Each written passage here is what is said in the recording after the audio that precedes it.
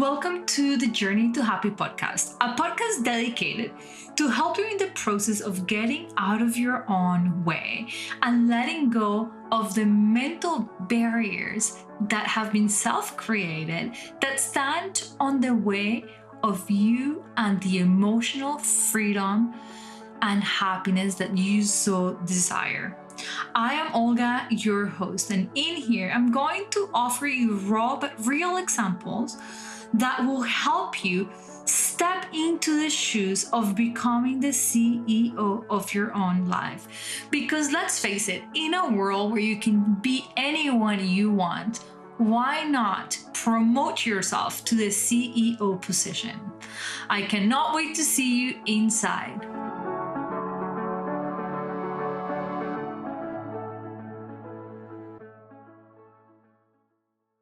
Hey guys, welcome to another episode of Journey to Happy. I am Olga, your host, and I am very happy to be sharing this episode with you. I've been thinking for a while now to actually come and talk about this subject because I love it, to be honest, and also because we're coming towards the end of 2020, December being here, I started doing something very, very, very intentional, which is reviewing my year, noticing what worked, what didn't in all areas of my life. And also, I begin to imagine what is it that I want to continue to see in the year to come, and what things I feel that I can do better at and modify. So it's a bit of a moment of introspection. And I encourage all of my coaching clients to actually do the same work. And it is so powerful.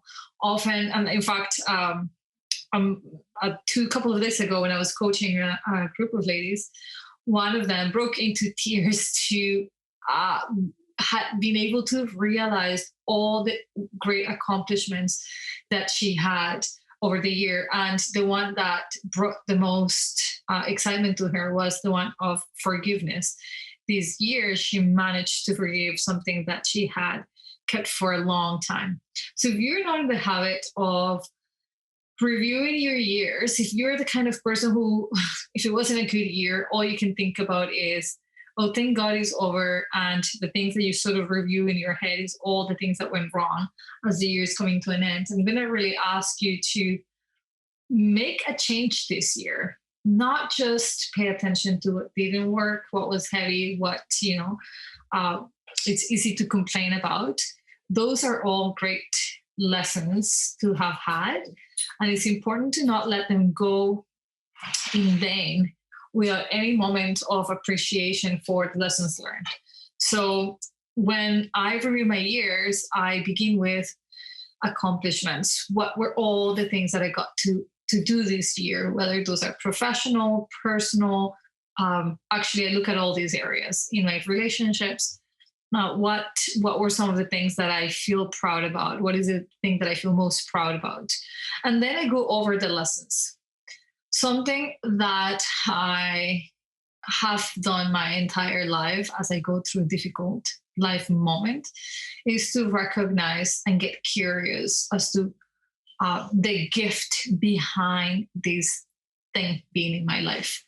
And it never fails me because it opens my awareness to the benefits of having gone through that life experience. Now, I know this might sound odd, especially if you're going through something difficult in the moment. But as a mindset coach, I'm here to remind you that you may not choose what happens to you in your life, but you do choose how you respond. And a way of responding towards negative things in life, period, is to get curious about what's the gift behind. There's got to be a gift behind every difficult. There is a scenario, there is a lesson. And while we may not always be willing to understand what the lesson is, we're definitely more open to seeing the gift. And the gift is usually something that is here to mentor you through something. So, for example, when I was going through infertility, I met the mentor of patience and also of unconditional love. Those were the gifts that showed up for me during that experience. So as you're reviewing your year, get really curious to the areas that felt heavy. What did they teach you? Because by giving them purpose, they're more than just a nightmare moment that you lived. But now, now your suffering has earned something of value for you. So it's more just than a painful moment, is now a painful moment that left you with something amazing. And that's what I want to open your awareness to. Every difficult life situation has a lesson that makes us better humans. Look for that. That's the invitation I wanted to give you. And then the other thing that I wanted to invite you to is to start looking for what's your intention for 2021. So what do you think will be one word that could really describe the feeling you would like to have as you're entering this new year? I find that 2020, I don't want to minimize the many deaths and the grief that as a collective community we went through. But I also want to acknowledge that it brought us back to simplicity. We slowed down, we connected better with the humans in our life. The things that were clearly not working became very evident that, in fact, they're not going to work. And so people are able to make choices. Many people had to reinvent themselves, their businesses. And so, yes, there were a lot of hardships, but also good things have come out of this. I've seen people becoming so much more authentic and aligned with what they want, and their behavior is matching that I think we can see the benefits of that. Now, I may have shared this before, I don't know, but I have a tradition that I want to share with you because it's always brought me wonderful things each year. Each year in December, I start thinking of the word, after doing this review, the word that is going to describe my intention for the next year. So to give you an example, 2020 for me, my word was balance. Balance was my intention. I understood that this was my first year being a mom and a self-employed human. So doing both things together was the first time I was doing it, although I've been in private practice for 5 years. I had never been a mom while being in private practice. And so I knew that a big focus for me needed to be balance so that I wouldn't be too hard on expectations of myself and that I would have a lot of patience for the task that I was learning, motherhood, and navigating both being a self-employed mom and being a first-time mom. And so that being my focus, it was actually throughout the year very easy to stay on task. If I was feeling overwhelmed, if I was doing too many things, I would come back to, does this feel in alignment with balance? Or is this taking me out of balance? What is the goal this year? Balance. So I prevented myself from taking too much on. I was extremely patient with myself when I was feeling inadequate or as I was learning things about motherhood. And it served me so well. I can finish my year saying, actually, this was a pretty balanced year for me. And so when you set a word as an intention, it's easy to link all of your actions to that. So how can I bring balance into my marriage? How can I bring balance into my health? How can I bring balance into motherhood, into my work? You see where I'm going? The year before, my word was growth. I wanted to grow my business. I wanted to grow a family. I wanted to grow my knowledge.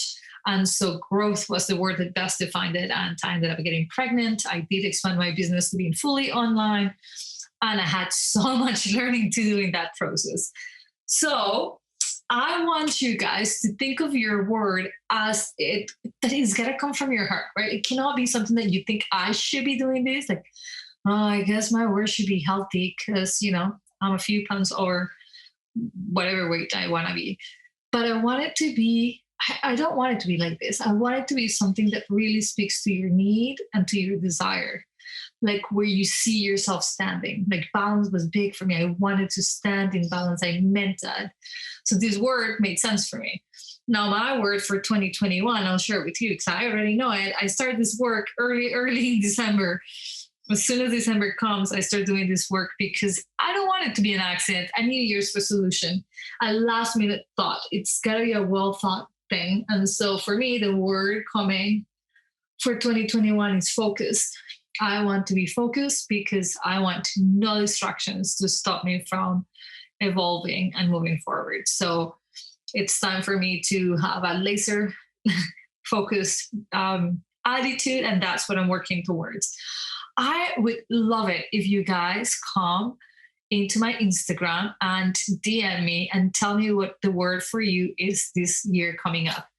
If you have questions about how to come up with that word, also message me. And by the way, guys, if you are not following me on Instagram, Olga's, so Olga S, Olga's that way, you need to, because I am there every single day giving mini trainings or talking about mindset tips and putting weekly posts, also promotions. And whenever I launch something, that's the first place I mention it. So you definitely want to be following me in there.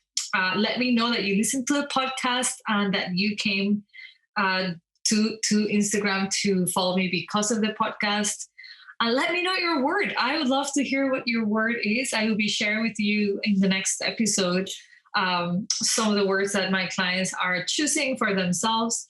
I received a message 3-4 days ago of a client after we had this conversation.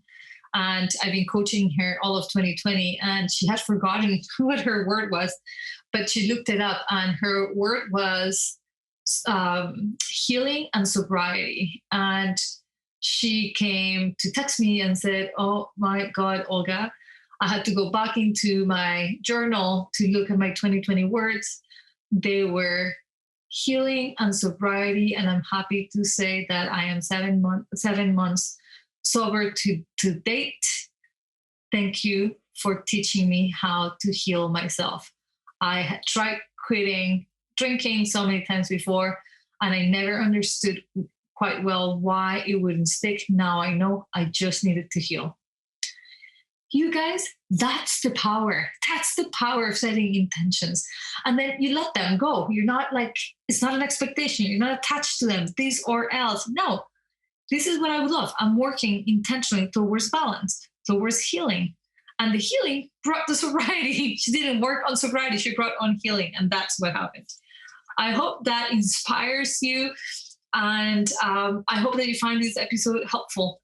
As always, review the podcast. Please, please, please let me know if you liked it. Write a comment. Give us some stars. Let me know what you think. This helps me to bring you the right content. Thank you so much for listening. May you be healthy. May you be happy. May you be free from suffering. And I'll see you again very soon.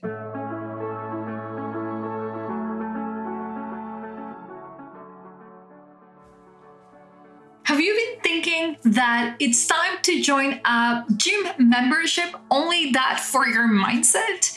Have you been wanting to be a part of a community where your self-growth is what's being supported? Do you want to have a life coach in your back pocket, easy to reach at any given point? If you've been thinking that this is something for you, Reset Your Mindset might be exactly what you're looking for. It's my newest membership program where you have me on a regular basis answering your questions, where you will get monthly mindset trainings with some of my best tools and most recurring theme subjects in my coaching practice.